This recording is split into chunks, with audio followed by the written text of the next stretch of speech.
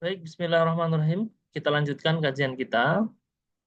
Sebelum kita bahas lebih detail, buku yang ditulis oleh Said Hossein Nasr, Islam and the Plight of Modern Man. Buku ini sudah diterjemahkan ya. Judul terjemahannya buku ini adalah Islam dan Nestapa Manusia Modern. Ya. Kita coba ulas ya tentang 7 tema menarik yang teman-teman bisa pelajari nanti ya di buku ini. Nah, ini dia, sudah coba saya sedikit rangkumkan ya.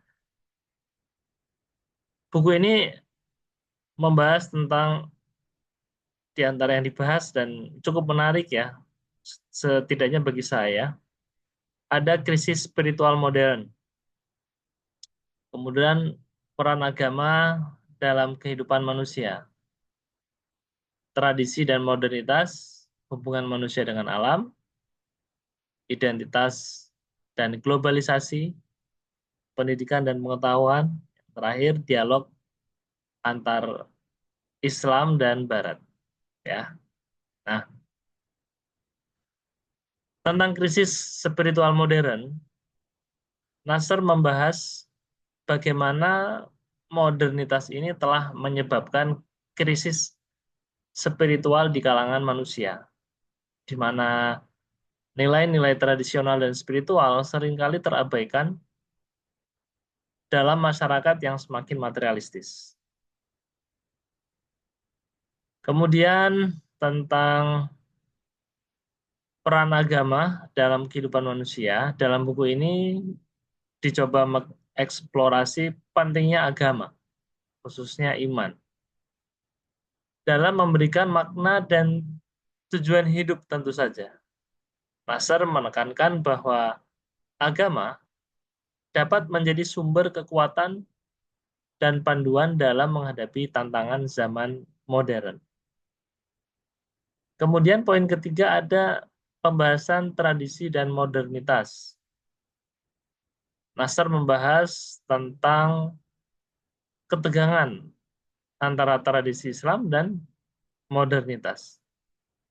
Nah, kemudian beliau mengajak membaca untuk memahami bagaimana tradisi dapat berkontribusi pada pemecahan masalah yang dihadapi oleh manusia modern tentu saja, tanpa harus mengorbankan nilai-nilai inti kehidupan. Selanjutnya ada bahasan hubungan manusia dengan alam. Dalam buku ini, Nasr menyoroti pentingnya hubungan yang harmonis antara manusia dan alam.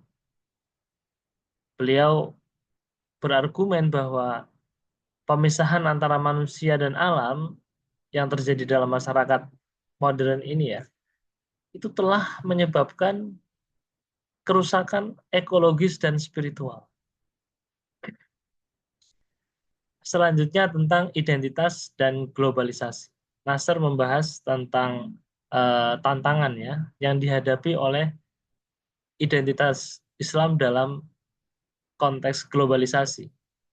Nah, beliau mengajak para pembaca untuk merenungkan bagaimana identitas budaya dan agama dapat dipertahankan di tengah arus global yang kuat. Selanjutnya ada pembahasan tentang pendidikan dan pengetahuan.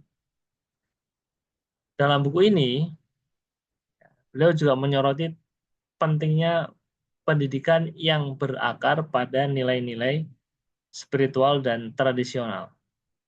Nasr berpendapat bahwa pendidikan harus mencakup aspek-aspek spiritual untuk membentuk individu yang utuh.